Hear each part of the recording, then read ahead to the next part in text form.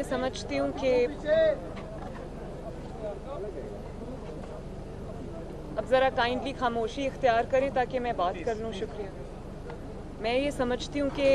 میں نے ابھی کچھ دن پہلے یہ بات کی تھی اور میں یہ بات ریپیٹ کرنا چاہتی ہوں کہ ایک شخص جو کہ فتنہ ہے، انتشار ہے،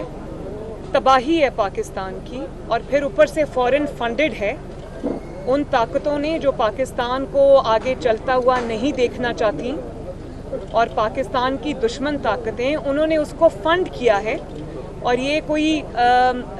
تخیلاتی بات نہیں ہے، اس کا ایویڈنس ایک ایک صفحے پر ای سی پی کے ڈیسیجن میں ہے کہ اس کو کن کن لوگوں نے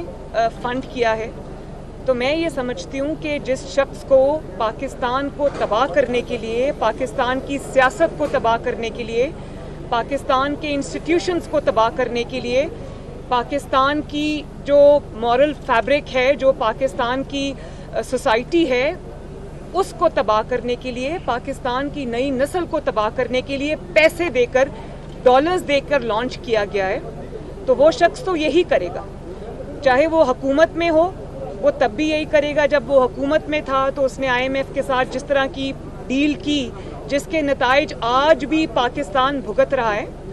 اور پاکستان کی معیشت کو اس نے تباہی کے دھانے پر پہنچا دیا، لینڈ مائنز بچھا کے چلا گیا، جس کو آج نہ حکومت اپنا سر توڑ کوشش کے باوجود ایک ایک کر کے چن رہی ہے، بہتری کے راستے پہ لانے کی کوشش کر رہی ہے. لیکن آپ یہ دیکھیں کہ جو کچھ وہ کر کے چلا گیا اس ملک کے ساتھ، لانگ ٹرم اس کے بہت امپلیکیشنز ہیں. اور آپ یہ بھی ایک دیکھیں کہ جاتے جاتے پھر وہ آئی ایم ایف کے معاہدے کی خلاف ورزی کر کے خود ہی جو معاہدہ کیا تھا، اور اس میں اسٹیٹ بینک کو بھی گروی رکھ گیا اور فورن ایجنٹس کو لگا کے چلا گیا. پھر وہ جاتے جاتے وہ معاہدہ بھی پھاڑ کے چلا گیا، پرائسز ڈراپ کر کے چلا گیا. اور آپ یہ دیکھیں آج تک پاکستان کی معیشت اس اٹیک سے سنبھل نہیں پائی. تو اگر حکومت میں ہو تو پاکستان کی تباہی کرے گا، حکومت سے باہر ہو تو جتھے لے کر حملہ آور ہوگا. تو میں یہ سمجھتی ہوں کہ سارے جو انسٹیٹیوشنز ہیں، سب انسٹیٹیوشنز، چاہے وہ عدلیہ ہو، چاہے وہ افواج پاکستان ہو، چاہے وہ پولیٹیکل فریٹرنٹی ہو، چاہے وہ حکومت ہو، میں سمجھتی ہوں کہ سب کو اس چیز پہ کنسنسس ہونا چاہیے کہ یہ ایک فتنہ ہے جو تباہی کے لیے لانچ کیا گیا ہے، جس کی شر سے نہ کسی کا بیٹا محفوظ ہے، نہ کسی کی بیٹی محفوظ ہے، نہ کسی کی بیوی محفوظ ہے، نہ کسی کا کوئی رشتہ دار محفوظ ہے. تو یہ اس شخص کو، جس طرح جو جج تھیں زیبا، جس طرح سے اس نے اس کو جلسے میں کھڑے ہو کے ان کے بارے میں اس طرح کے کلمات ادا کیے، میں سمجھتی ہوں کہ یہ شخص وہی کر سکتا ہے جو جس کی یا تو دماغی صحت جو ہے وہ جس کی سینٹی کوشچن پہ ہو، یا پھر وہ شخص جس کو پیسے دے کر، جو کہ ثابت ہو گیا اس ملک کے خود کی تباہی کے لیے لانچ کیا گیا. اور دوسری آپ نے ہمارے ملک ایک آفت آئی ہوئی ہے. اللہ تعالیٰ سیلاب زدگان کو جلدی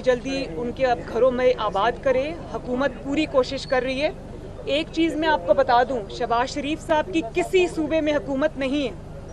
لیکن شہباز شریف صاحب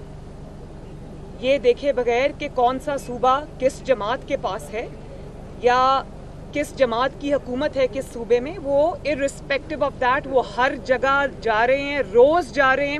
ایکچولی جا کے مدد کر رہے ہیں. یہ نہیں کہ ٹی وی پہ بیٹھ کے ایک ٹیلیتھون کر دی، 5 ارب روپے جمع ہو گئے، بعد میں پتہ چلا کہ وہ 5 ارب روپے جو ہیں وہ سوشل میڈیا کے اوپر وہ امداد بھی ڈاؤن لوڈ ہو گئی، راشن کے پیکٹ بھی سوشل میڈیا پہ بٹ گئے، اور پھر سوشل میڈیا پہ ہی وہ بانٹے گئے. اور اصل میں کیا ہوا کہ جو ٹیکس پیئر کا پیسہ ہے جو اس وقت آپ کو لگانا چاہیے تھا سیلاب زدگان کے اوپر، آپ اس کی ایکسپینس کے اوپر